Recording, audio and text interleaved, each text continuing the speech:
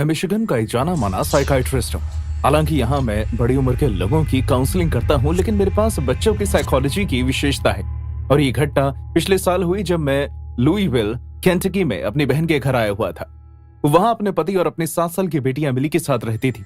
मेरी बहन के पति नेवी में काम करते थे, इसलिए ज्यादातर घर में मेरी बहन और उनकी बेटी अकेले रहते थे। एमिली हमेशा से ही खुश और चुलबुली लड़की थी। जब भी मैं उसे मिलने जाता तो वो दौड़कर मेरे पास आ जाती और मेरी गर्दन पर झूलने लगती। वो मुझे अलग अलग चीजों की डिमांड करती, लेकिन इस बार मैंने कुछ अजीब महसूस किया। मैं कॉफी का मजा ले रहा था जब एमिली की बस आकर रुकी। मैं खुद को एमिली की आवाज और शरारतों के लिए तैयार कर रहा था जब वो स्कूल बैग टांग कर अंदर आई। वो काफी चुप थी और उसका चेहरा भी फीका पड़ गया था। उसने मेरी तरफ देखा तक नहीं और सीधे अपने कमरे में चली गई। ये सब महसूस करके मुझे थोड़ा अजीब लगा। क्या हुआ? क्या तुमने उसे डांटा है? मेरी बहन ने ना कहा और रोने लगी। उसने मुझे बताया कि किस तरह एमिली एकदम से ही बदल गई। वो हमेशा अपने कमरे में ही रहती और किताब में कुछ बनाती रहती है। एमिली की डैड भी शहर में नहीं है। मैं समझ नहीं पा रही कि क्या करूं। जेकब, क्या तुम मेरी मदद कर सकते हो? मैंने आज से पहले अपनी बहन को कभी इतना रोते हुए नहीं देखा। वो हमेशा से ही हमारे घर में सबसे स्ट्रांग रही है। मैंने उसे गले लगाकर कहा कि मैं खुद इस मामले को देखूंगा और एमिली से इस बारे में बात करूंगा। खाने के बाद मैं एमिली के साथ उसके कमरे में बैठ गया।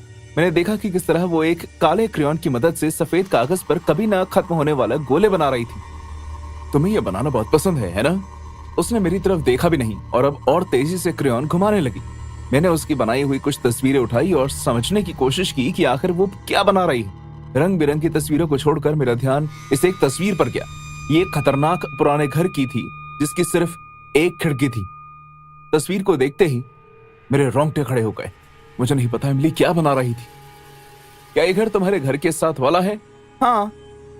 जब मैंने अपनी बहन से इस घर के बारे में पूछा तो उसने मुझे बताया कि यह घर सालों से बंद पड़ा है और उसके पास कोई नहीं जाता।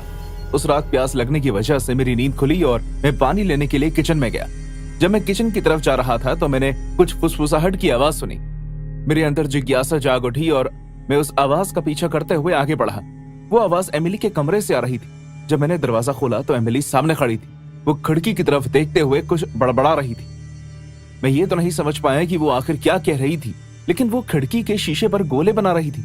उसके होंठ इतनी जल्दी जल्दी बड़बड़ा रहे थे, ऐसा लग रहा था जैसे वो किसी आत्मा के वश में थी। मैं उसके पास गया और मैंने प्यार से अपना हाथ एमिली के कंधे पर रखा। एक ही झटके में एमिली ने पीछे मुड़कर देखा। उसकी आमतौर पर चमकती हुई आंखें सफेद पड़ गई थी। उसकी पुतलियां अजीब ढंग से घूम रही थी। उसके फीके चेहरे पर मुस्कान आ गई और फिर अचानक एकदम से वो बेहोश होकर जमीन पर गिर गई। मेरी बहन और मैं फौरन पास के हॉस्पिटल में उसे लेकर भागे। हॉस्पिटल पहुंचने तक एमिली को बहुत तेज बुखार हो गया और उसका शरीर कांपने लगा। वो बेहोशी की हालत में भी बार बार एक ही बात दोहराती रही। मैंने उसे देखा, उसका घर, वो खाली घर, एमिली के बनाए हुए चित्र और उसकी हालत, ये सब मिलकर एक परेशान कर देने वाली तस्वीर बना रहे थे। मैंने अपनी बहन को एमिली के पास रहने को कहा और मैंने तय किया कि मैं उस घर के अंदर जाकर देखूंगा। मुझे अपने अंदर से आवाज आ रही थी कि मेरे सवालों के जवाब मुझे वहीं मिलेंगे। जैसे ही मैंने जंग लगे हुए दरवाजे को अंदर की तरफ धक्का दिया, वो चरमराने लगा और मेरा दिल जोर जोर से धड़कने लगा। मकड़ी के जालों और गंदगी की मोटी परत ने फर्नीचर को ढका हुआ था। सड़न की बदबू से हवा भारी हो गई थी। मैं ऊपर वाले कमरे की तरफ जाने लगा जहां से वो खिड़की नजर आती थी। मैंने धक्का देकर कमरे के दरवाजा खोला और सीलिंग से धूल मेरे ऊपर गिर गई। खिड़की से चांद की रोशनी अंदर आ रही थी, इतनी कि मैं कमरे में रखे सामान और चीजों को देख सकता था। और तब मैंने ऐसा कुछ देखा जिसे देखकर मेरा दिल एक पल के लिए रुक गया। एक लड़की का बेजान शरीर जमीन पर पड़ा था। मैं उसका चेहरा तो नहीं देख पाया, लेकिन उसका बेजान पतला हाथ इस बात का गवाह था कि उसकी मौत काफी वक्त पहले हुई थी। मैं उसे देखकर डर के मारे वापस भागा और तब तक नहीं रुका जब तक घर से बाहर नहीं आ गया। जब पुलिस वहां पहुंची तो उन्होंने बताया कि इस लड़की का नाम जनीन है और वो 2 हफ्तों से लापता है। उसके पेरेंट्स ने बताया कि वो एक पार्टी के बाद अपने बॉयफ्रेंड के साथ भाग गई। ऐसा माना गया कि उसका बॉयफ्रेंड उसे इस घर में लेकर आया जब वो नशे में धुत थी। उस लड़के ने जनीन का फायदा उठाने की कोशिश की होगी और उसके मना करने पर लड़के ने उसे हमेशा हमेशा के लिए चुप करा दिया। जब एमिली की तबीयत थोड़ी ठीक हुई तो उन्होंने उससे इस घर के बारे में पूछा और वो प्यारी बच्ची रोने लगी। एमिली ने पुलिस को बताया कि उसने कुछ दिन पहले अपने कमरे की खिड़की से उस आदमी को जनीन को परेशान करते हुए देखा था। आखिर में पुलिस ने जनीन के बॉयफ्रेंड को गिरफ्तार कर लिया और अब एमिली भी धीरे धीरे पहले की तरह हंसने मुस्कुराने लगी। कभी कभी मुझे ये सोचकर डर लगता है कि बच्चे अपने अंदर कितने राज छुपाए हुए हैं, लेकिन फिर वही बात है कि हमें हमेशा उनकी बात सुननी चाहिए। जब हम मैनहट्टन में शिफ्ट हुए तो हमारे लिए एक नई शुरुआत होने वाली थी। जूली, टिमोथी और मैं आखिरकार हमारे नए फ्लैट में सेटल हो गए थे, जो 21वें माले पर था और नीचे पूरा शहर दिखाई देता था। इतने बड़े शहर में अपनी नई शुरुआत करना किसी सपने से कम नहीं था और हम आने वाले वक्त के लिए भी बहुत एक्साइटेड थे। टिमोथी एक शर्मीला बच्चा था। वो ज्यादा बात नहीं करता, लेकिन मेरी बीवी को यह यकीन था कि वो बड़ा होकर एक महान कलाकार बनेगा। वो घंटों अपने ड्राइंग बुक में कुछ न कुछ बनाता रहता था। पहाड़, झरने, बड़े बड़े डायनासोर। टिमी हमेशा से ही बहुत काल्पनिक रहा है, लेकिन जल्द ही उसकी कलाकारी ने हमें कुछ बताना शुरू कर दिया।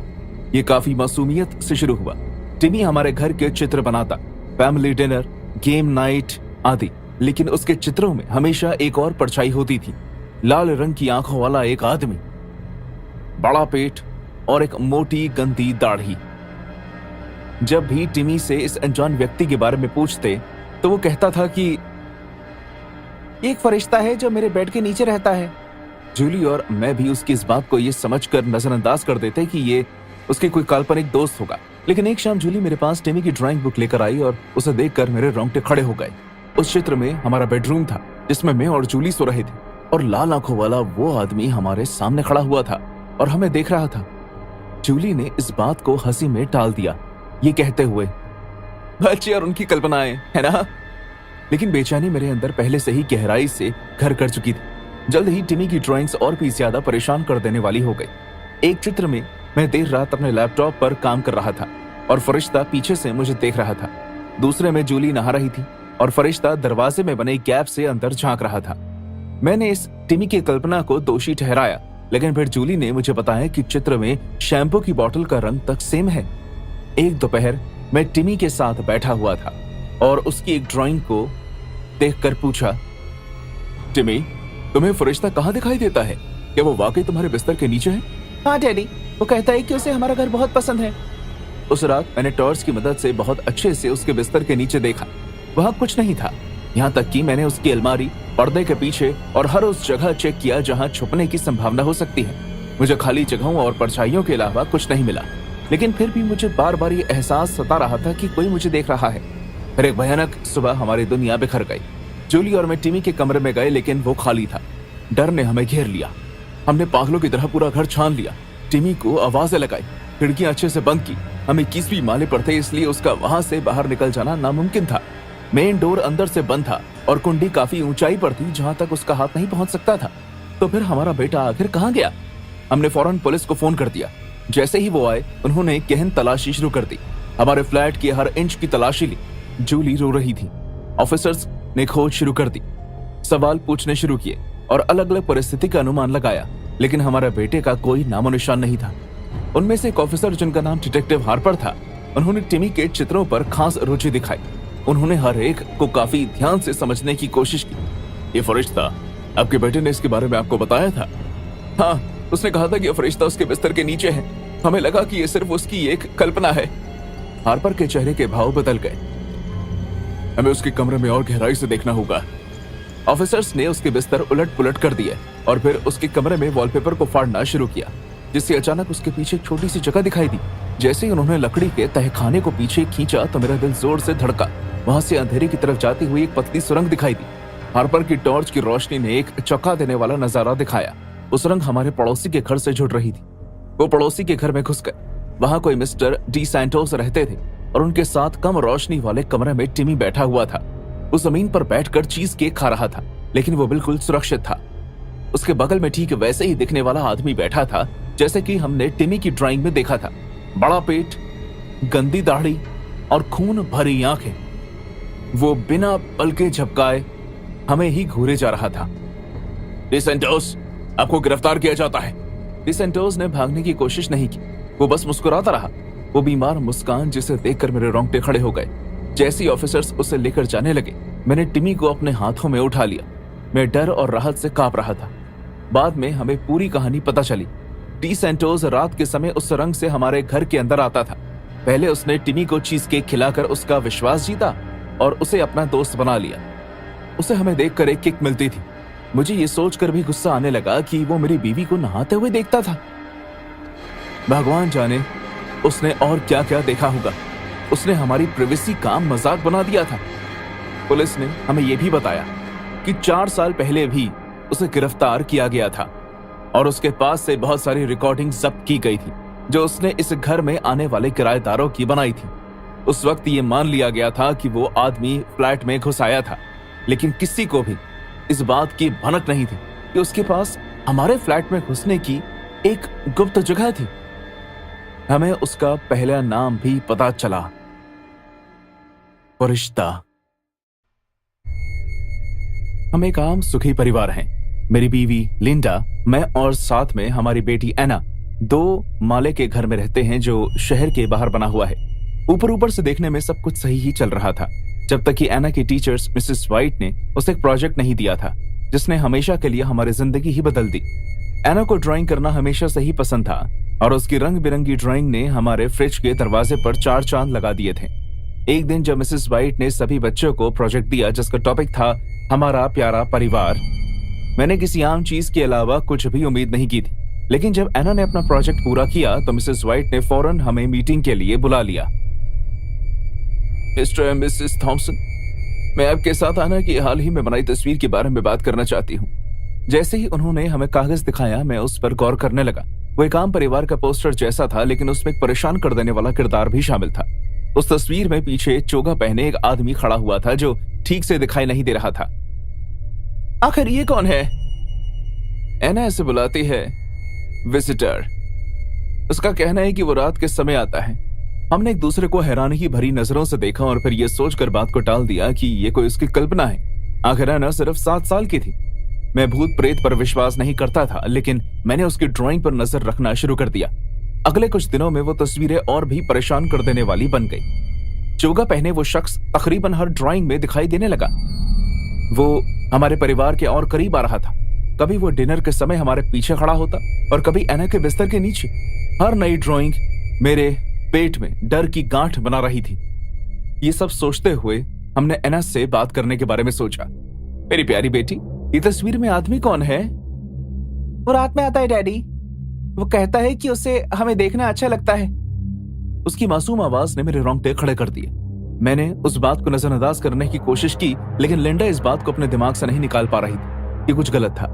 एक रात हमने एना के कमरे से आवाजें आती हुई सुनी।